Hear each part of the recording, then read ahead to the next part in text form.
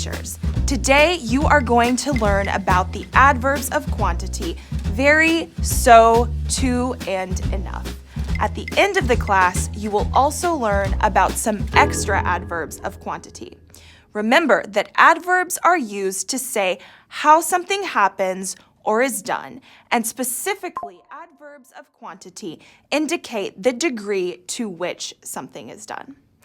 In the ABBA film of this unit, Albert the Robot, a shop assistant is talking to a woman who wants to buy a toy for her grandson. Let's see how they use three very common adverbs of quantity: very, so, and to. And this robot is called Albert, and it's very popular with young children, madam. No, it's too expensive. And he's not old enough for a robot. Oh, but it's very educational, and the price is quite reasonable. No, I think it's a bit too expensive for me. My grandson... Grandson? I thought this was for your son. You look so young. Let's check the examples of very, so, and to that you have just seen in the ABBA film. This toy is very popular with young children. You look so young. I think it's a bit too expensive for me. In this extract of the ABBA film, we find the adverbs very, to, and so. These adverbs of quantity are usually placed before an adjective. As you can see, the adverbs very, so, and to are placed before the adjectives popular, young, and expensive. Let's have a look again at the examples and understand each adverb individually. Very. Let's start with very. Very means that something happens to a higher degree. For example, the toy is very popular with young children. It's a very educational game. She is a very good teacher. To. We use to express that something is more than good, necessary, or possible. For example, I think it's a bit too expensive for me. You can't reach the shelf. It's too high. It's too early to have this conversation. So. Finally, so means to a great degree, as in, you look so young. She is so good.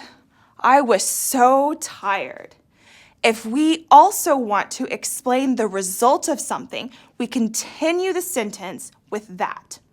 For example, she is so good that she got a promotion. I was so tired that I fell asleep on the way home. Enough. Now you are going to learn how to express that something is or isn't the right degree or amount with the word enough. In general, we find adverbs of quantity before the adjective, but we will find the adverb enough after the adjective. Let's see some examples in affirmative sentences. He's tall enough to play basketball. She's old enough to vote. And the same happens with negative sentences. Look, he is not tall enough to play basketball. She is not old enough to vote. To versus not enough. It is important that you understand the difference between to and not enough. Look at these examples. Jim is too short to play basketball. Jim is not tall enough to play basketball. These shoes are too small for my feet. These shoes are not big enough for my feet. These two pairs of examples mean the same thing, but the first sentence is affirmative and the second one is negative. As you can see, there are many adverbs that can help us specify quantity. Other adverbs of quantity. Finally, here are some examples of other common adverbs of quantity. He is rather clever. The road is pretty dangerous when it's raining. I am quite sure. The exam is fairly difficult, isn't it? Rather, pretty, quite, and fairly have very similar meanings. We use all these adverbs to express that something happens to some extent or degree. Well, in this class, you have revised the grammar of the unit and learned how to use some adverbs of quantity in English. I really wonder whether the lady finally buys the robot for her grandson or not in the ABBA film. Now keep on working on this unit to perfectly know how to use its grammar and vocabulary in all the linguistic skills: listening, speaking, reading, and writing.